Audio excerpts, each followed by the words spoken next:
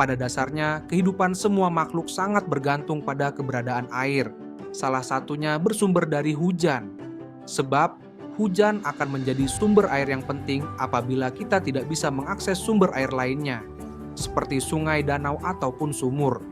Selain itu, air hujan juga memiliki banyak manfaat. Misalnya, untuk mengairi lahan pertanian, kepentingan industri, dan pembangkit listrik. Hujan menjadi sumber air bersih utama di sebagian besar wilayah di dunia. Sebab air yang dihasilkan oleh hujan tersebut dapat membantu berbagai ekosistem.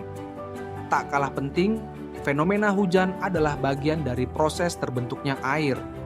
Saat air itu jatuh ke permukaan bumi, saat itulah disebut sebagai hujan. Sebab tidak semua air yang jatuh dapat mencapai bumi. Banyak di antaranya yang menguap begitu saja. Kondisi tersebut kerap terjadi di daerah panas dan kering seperti padang gurun. Indonesia sendiri merupakan salah satu negara beriklim tropis yang memiliki dua musim, yaitu musim hujan dan musim kemarau. Musim hujan biasanya terjadi pada bulan Oktober sampai Maret, sementara musim kemarau terjadi pada bulan April sampai September. Saat musim hujan tiba, hujan biasanya turun setiap saat mulai pagi, siang, sore, bahkan sampai malam. Sementara itu, intensitas hujan yang turun di musim ini juga berbeda-beda. Ada yang berlangsung sangat deras dan ada pula yang sekadar gerimis. Penyerapan air hujan ke tanah bisa melalui celah-celah, pori-pori tanah, maupun melalui batuan. Air yang masuk ke dalam tanah tersebut akan menjadi sumber air atau air cadangan. Oleh sebab itu, penting untuk menyediakan daerah resapan air agar ada air cadangan. Biasanya, daerah resapan air tersedia di hutan-hutan dengan kondisi vegetasi yang masih rapat. Pohon-pohon yang ada di hutan mampu menguatkan struktur tanah, sehingga ketika hujan turun air tidak langsung hanyut begitu saja. Air akan terserap dan tersimpan di dalam tanah. Dengan demikian, air yang tersimpan akan menjadi air tanah. Peran tumbuhan pun sangat penting untuk memudahkan penyerapan air ke tanah, terutama pada bagian akar tumbuhan.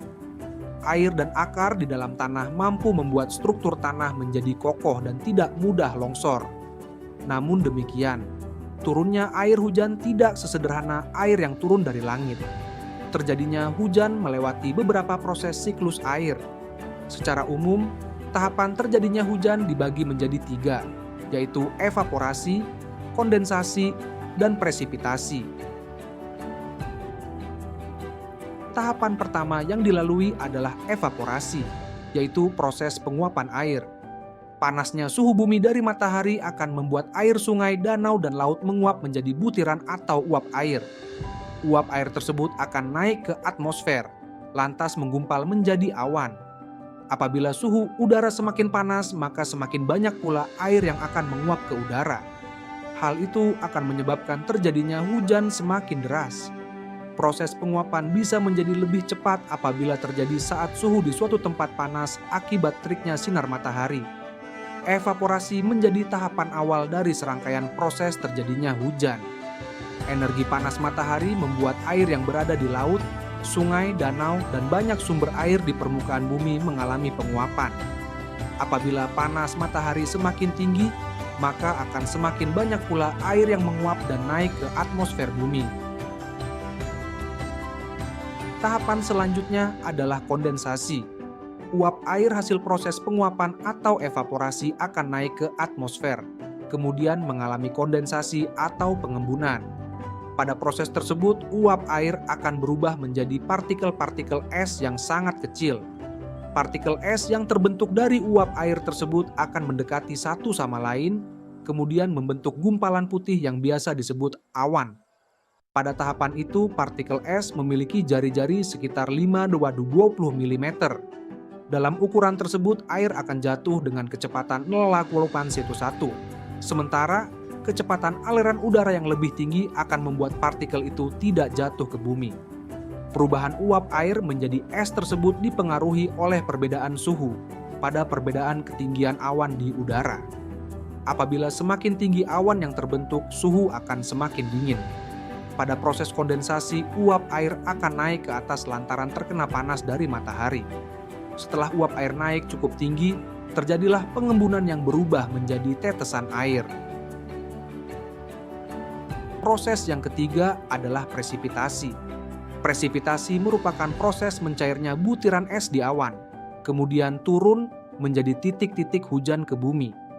Awan yang telah terbentuk pada proses sebelumnya barangkali tertiup angin dan terbawa, sehingga menjadi turun hujan di tempat lain dari proses sebelumnya.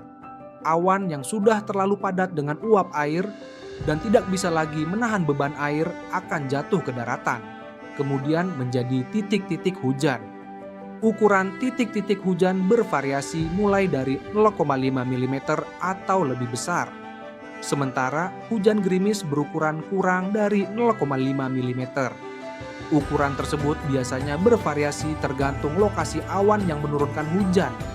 Gerimis diturunkan oleh awan dangkal, sementara hujan deras diturunkan oleh awan dengan tinggi menengah atau sangat tinggi. Lantaran posisi hujan yang sangat tinggi, udara di tempat awan berada sangat dingin. Kemudian biasanya hujan akan jatuh sebagai salju ataupun es. Semakin menurun mendekati daratan, es itu akan mencair menjadi air hujan. Semakin mendekati daratan, suhu akan semakin menghangat, kemudian mencairkan titik-titik es. Perlu diketahui, setiap belahan bumi memiliki curah hujan berbeda-beda. Misalnya di wilayah padang pasir curah hujannya hanya kurang dari 10 mm hujan per tahun. Berbeda halnya dengan negara tropis seperti Indonesia, yang rata-rata memiliki curah hujan 2.000-3.000 mm per tahun. Sekarang, kamu sudah tahu kan asal-usul terbentuknya hujan. Demikian tadi merupakan fakta awal mula terbentuknya hujan yang mungkin belum semua orang ketahui. Jika kamu tertarik dengan video ini, silahkan like, subscribe, dan share. Dan kita akan kembali dengan cerita menarik selanjutnya.